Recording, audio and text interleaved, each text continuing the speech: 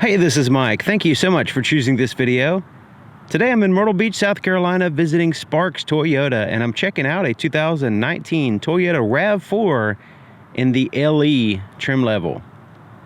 This RAV4 is sitting on 225/65 Firestone tires wrapped around 17-inch steel wheels with silver wheel covers. It also has four-wheel disc brakes with ventilated rotors in the front and solid rotors in the back. The name of this color is Silver Sky Metallic. And this looks like a pretty traditional silver color.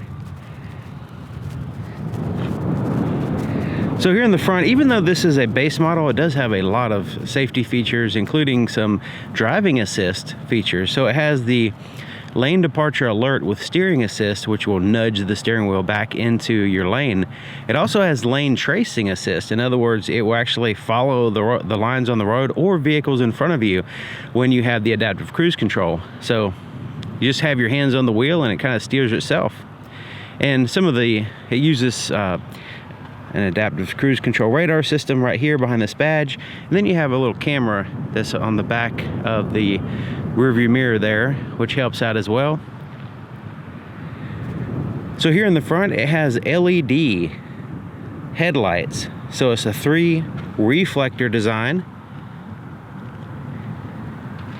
And it has standard bulbs for your turn signals, flat black grille, pretty much all across the front. Everything you see in the front is flat black. Looking at the profile, you can see it has a privacy glass, and the pillars are blacked out here, so that kind of solidifies all the glass here. It also has the black roof rails and a little accent right in here, the little black portion connecting the rear accents to the glass. It also has body colored handles, black side mirrors, and the protective material here on the base of the vehicle, below the doors, and around the wheel wells are not connected together. There's a little spot right there. You'll notice that it seems to me like that's a key spot to protect the vehicle. If the purpose of the black portion is to protect the paint from road debris, that's like a key spot in which it's missing the boat. So maybe you can clue me in, maybe I'm missing something there. But anyways, that's what it is. This is what the key looks like, and it's a fairly standard key here. It has a switchblade style, which is awesome. But it has a remote lock, unlock, and panic button. Let's go ahead and push that panic button. So it basically has a kind of a beepy horn. And the physical key is required. If you don't use the lock and unlock, you do have to use it for the door and also the ignition. Okay, so taking a look at the inside of the door, one thing I want to point out is the door goes all the way to the bottom of the vehicle, and it has a seal there. So you'll notice when I shut the door, you see it goes all the way to the bottom. So this keeps the road debris and dirt outside of the door jamb and threshold area, so that way it doesn't get so dirty to where it dirties your clothes as you're getting in and out of the vehicle, basically. So that helps out. Okay, so the inside of the passenger side door, all black, except for it has this metallic accent here. It's looking pretty cool. Has this nice handle right here, and it's a smooth plastic on the inside, and it has these grooves in it. It feels really nice when you put your hands in there and hold on to it. The only soft touch surface on this door is right here, and it's like a vinyl material. It swoops up a little bit, but it's around your arm. It bottoms out rather quickly though, but it is the only soft touch. The rest of it is the hard plastics. It does have a pretty neat design here on the speaker grill. It says RAV4 there, and kind of reminds me of the Walmart logo or whatever, but it looks pretty neat here. There's a threshold, manually adjusted seats here on the passenger side, and they're cloth. Has a little bit of a pattern there in the center portion, then just basically black fabric on the outside.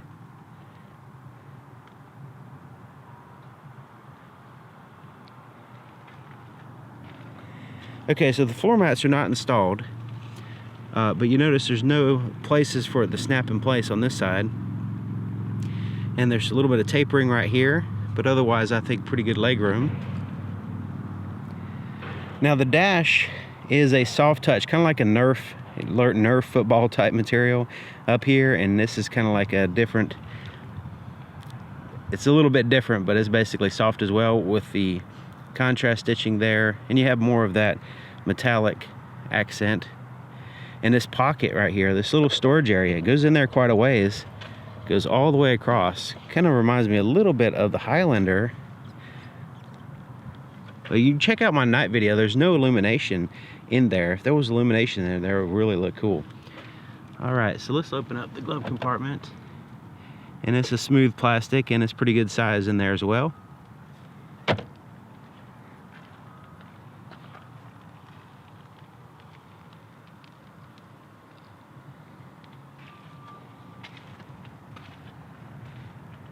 Inside of the back door, very similar styling as the front, and once again there's some soft touch here, but the rest is hard plastic. And I can't emphasize this enough, this is not very soft. It bottoms out, like if you were to bump into it, you'd bruise yourself. It's not that soft. It's just a little, like 3 millimeters worth of padding there. Okay, so the back seat is basically a bench seat, but the back portion folds down to add to your cargo space when needed. You have an armrest with cup holders here in the center. And when you need a center passenger, you can flip it up. Now the center passenger will have to deal with this significant hump here in the center portion. There's a little storage pocket, 12-volt power supply back here. And there's a pocket on the back of the passenger seat here. Not the driver's seat. The seats are actually pretty good ways off the floor, and the legroom is pretty good.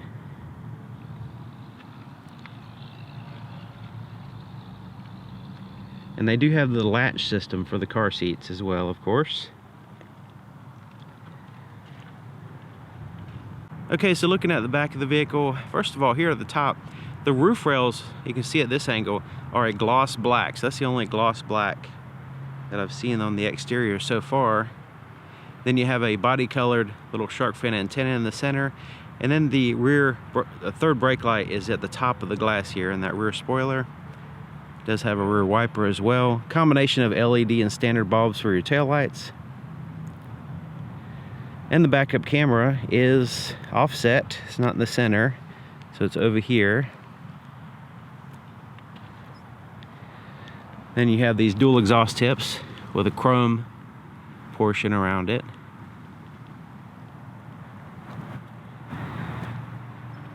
Okay, so let's open up the storage area.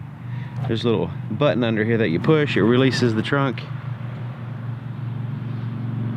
LED powered. It looks like, yeah, looks like LED powered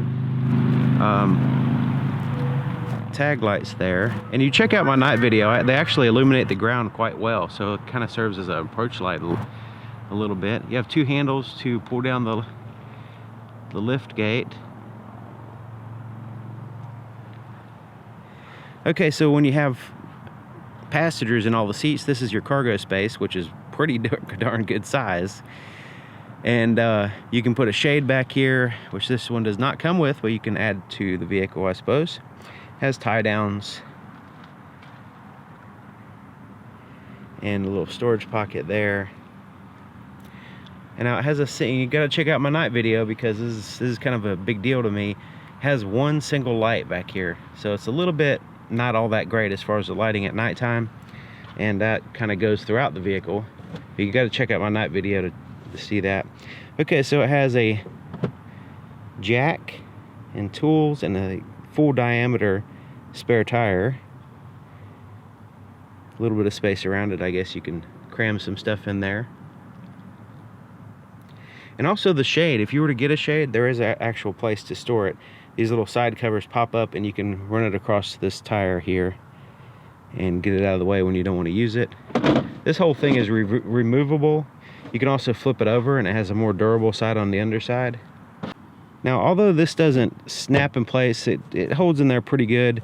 But you can also take it and you pull it and let it drop down, and then you push it back in, and that way you have a lower floor, give you a little bit more height.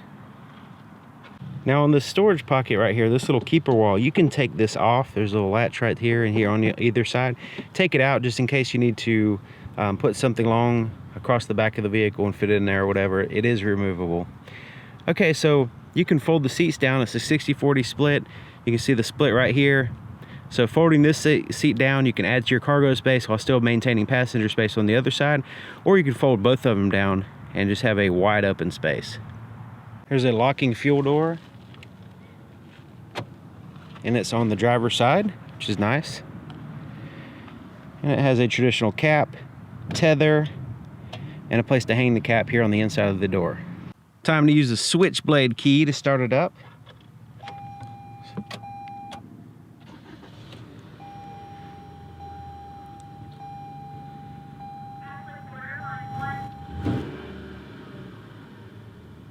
Okay, so here's the floorboard in front of the driver's seat. The floor mat's not in place yet, but you can see there's actually places for the floor mat to hook in.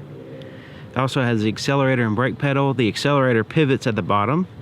And look at that huge footrest there on the left side. That's fantastic. Okay, so let's take a look under the hood. To open the hood, there's a latch a little tiny bit to the right of center. So right in here, and you move it to the left and lift up. And the hood doesn't have a huge amount of weight. It feels like it's aluminum or something. You lift it up and it requires a prop to hold it up. There's a prop that's on the underside of the hood, and it swings down and goes where that arrow is. The under the side of the hood, there's no insulation, just exposed metal there. It does have a seal across the back and here in the front. Right in here, all across the front there, and little ones on the side there. But that's basically for noise and a little bit of airflow management. The battery is under the hood and it's easy to get to, so that's nice. Strut towers are braced in. There's the top of the strut tower, and it's kind of braced in with the unibody structure of the vehicle. Insulated firewall. You do have some heat shielding there at the bottom.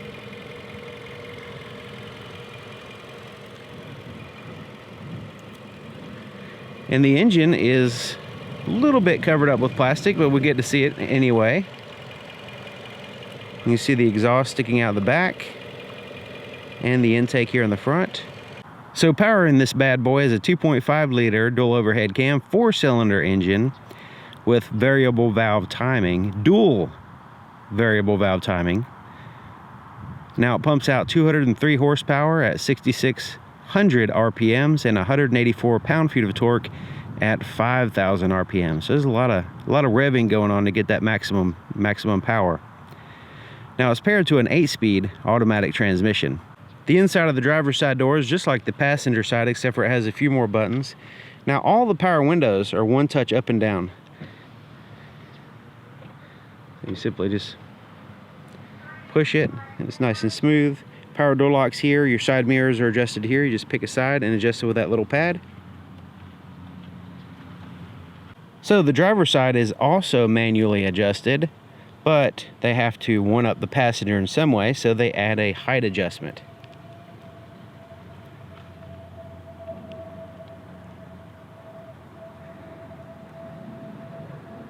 Here to the left of the steering column, there's a button to turn on and off your automatic high beams. So this will dim your high beams when there's vehicles coming. And then you have a dimmer switch for your interior gauges, and this really neat little pocket right here. So it's just like the other side, except for a smaller one, so you can put stuff in there even before you get in the vehicle, and it's just a really handy spot. It also has a tilt and a telescoping steering column that you can lock in place right here. Okay, so sitting in the driver's seat, checking it out, and overall it seems fairly easy to use, and everything seems to be well placed. Okay, so I'm 6 feet tall, and I have the seat all the way back, all the way down, just to give you an idea of the leg room, and it's probably a little tiny bit further back than what I would normally have it at. I really like this footrest. It's at a good position. It's big enough for my big foot, and it's just at a good angle and everything, so I really like that. That's nice. That's like a big deal for me as a footrest. If you ever driven into older cars and they don't have a footrest and your foot's kind of gets fatigue just kind of hanging out over there at long trips. But anyways, looking at the steering wheel, it's a synthetic type steering wheel, so that synthetic materials with a simulated leather texturing here on the outside and in the center. Very durable feeling, a little bit soft to the touch. It's probably a little bit more soft to the touch than the armrests, but it's more rubbery feeling and not cushy feeling.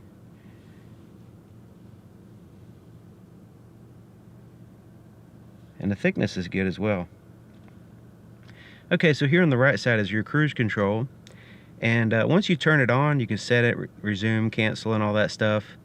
But once you turn on your adaptive cruise control, you can set the distance between you and the vehicle in front of you here. But it also turns on your lane departure assist, your steering assist, and your lane tracing, basically. But you do have to have the adaptive cruise control active for those to be active. So as we change the distance, you can see the little bars at the top. They change the distance there. Alright, so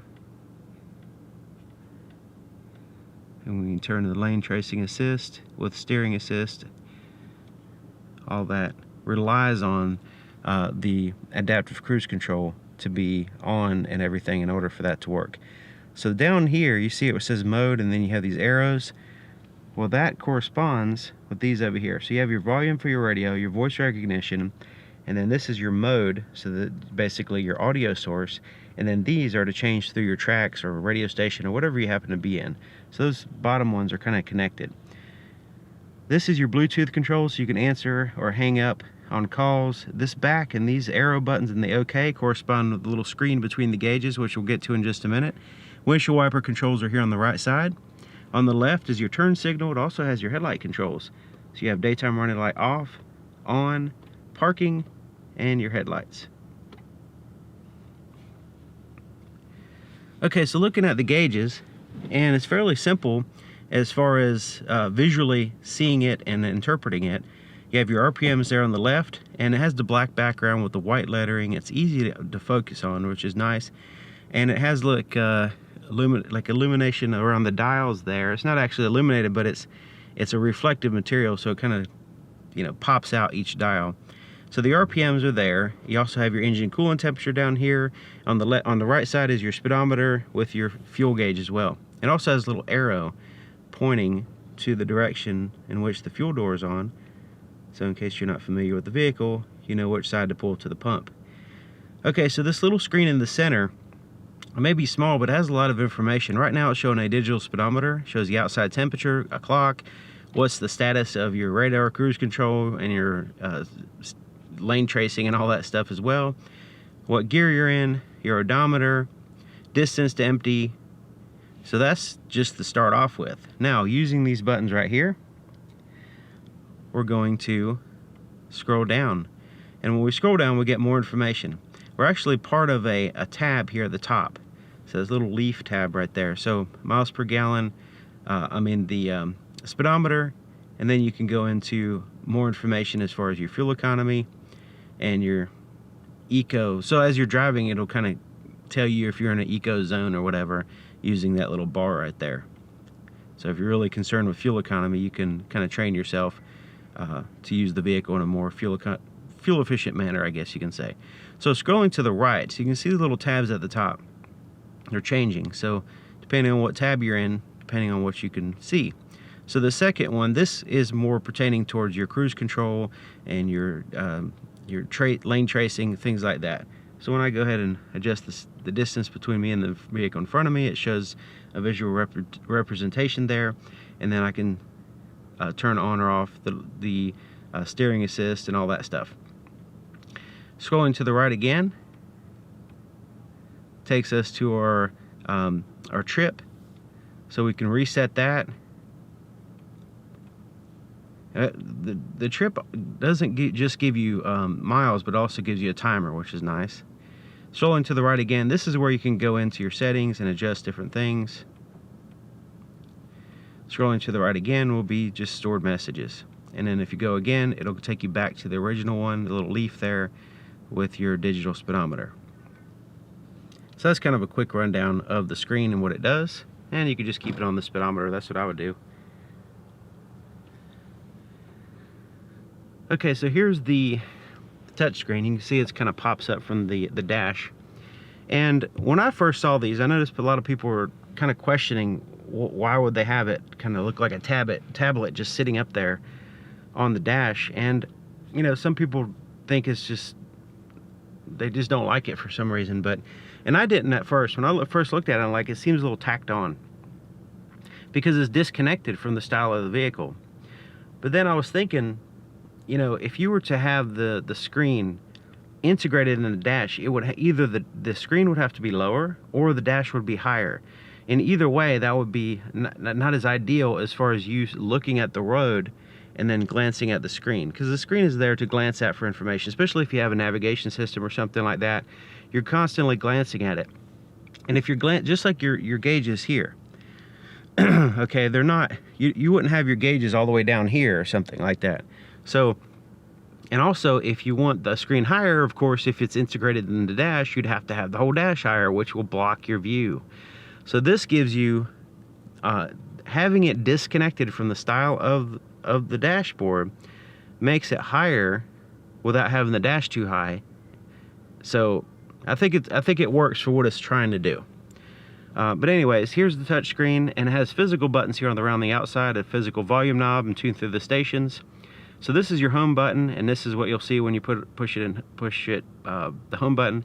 You have your phone, your like a drive computer here as far as your miles per gallon and all that stuff, your range, and then your audio. So once you turn on your audio, you can choose an audio source. Well, let's go ahead and choose. You can see it has AM, FM, USB, Bluetooth, iHeartRadio, Slacker, NPR1, and auxiliary. Okay, so let's go ahead and just choose FM.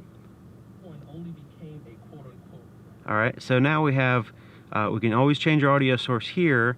We have our presets here at the bottom and just kind of showing what's playing. We can also adjust our sound here, so it has some quick shortcuts. When we push the menu button, this takes us into different options here as far as what it can do, the screen can do. So we have audio, phone, apps, projection. This is for your Apple CarPlay. No Android Auto, only Apple CarPlay with Siri eyes as well. And then you have vehicle information here as far as your fuel economy, how you've been driving, stuff like that.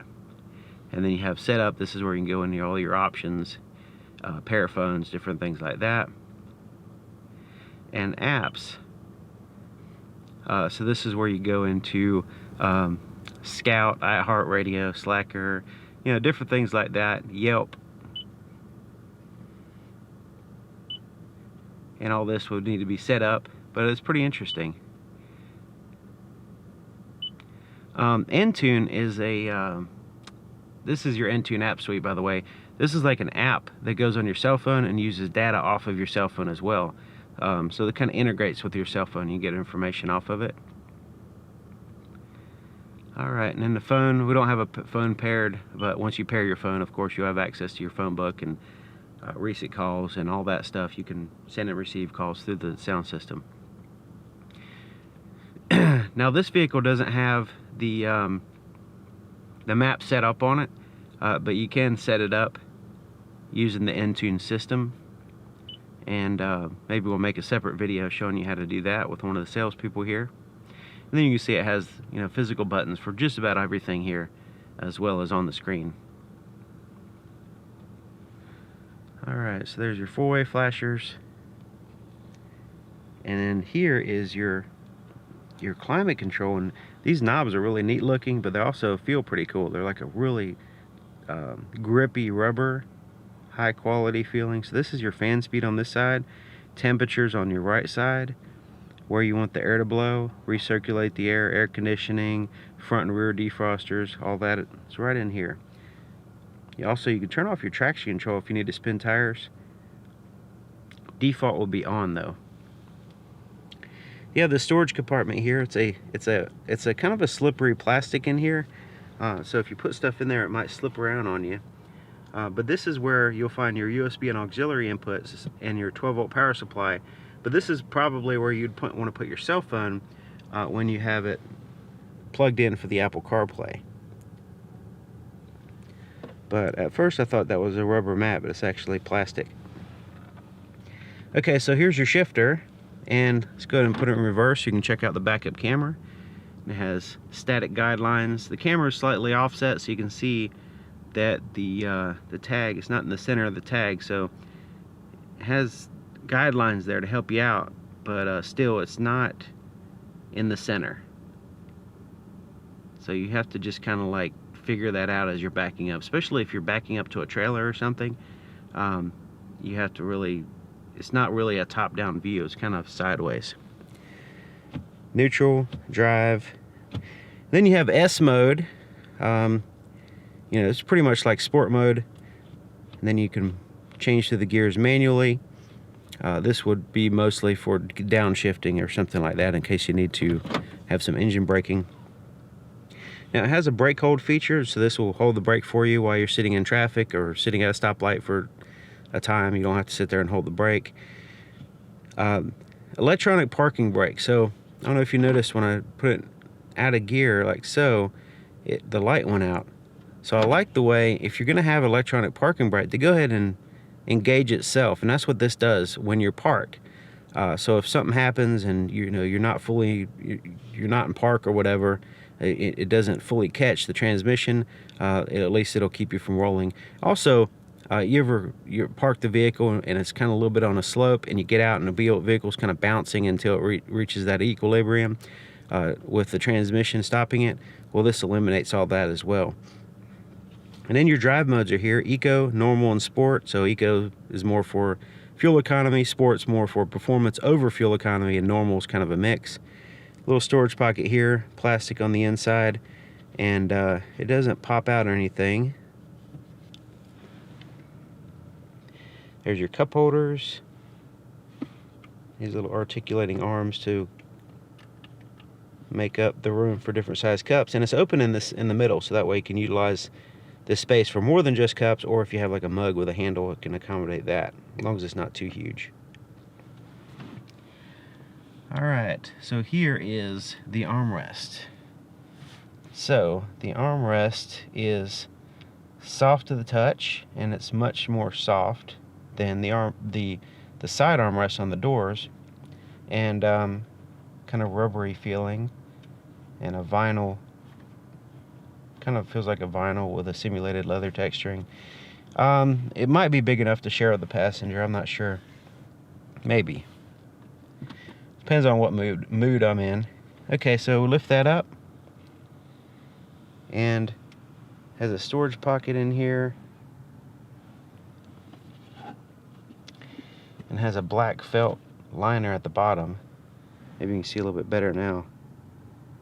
If they had a lighter color, so that maybe they put like a tan or a gray or something, one of these in there, then you can see in there a little bit better. That would be my suggestion.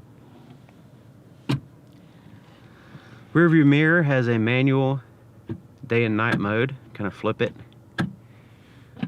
Place to put some shades here, and not very big, so you have to put maybe your reading glasses or something, or if you have the big Hollywood glasses, they're not going to fit in there. At least it doesn't look like it. You have some tap lights up here. Kind of looks like standard bulbs. I'll turn on all your interior lights and then have them turn on with the door by pushing that button. You can actually get roadside assistance using this button as well, and it's covered up so you don't accidentally push it. Visors have mirrors and little lights that turn on. And it has a kind of like a vinyl coating over it. Feels like it would be easy to clean. Okay, so looking at the visibility in the back. Now, of course, if you had passengers back there, it's gonna mess up your visibility. But see, the headrests kind of line up a little bit at this angle with the pillars back there, and the pillars are quite significant. It does have some little windows back there, but you will have to, of course, in any vehicle, you have to get used to the blind spots.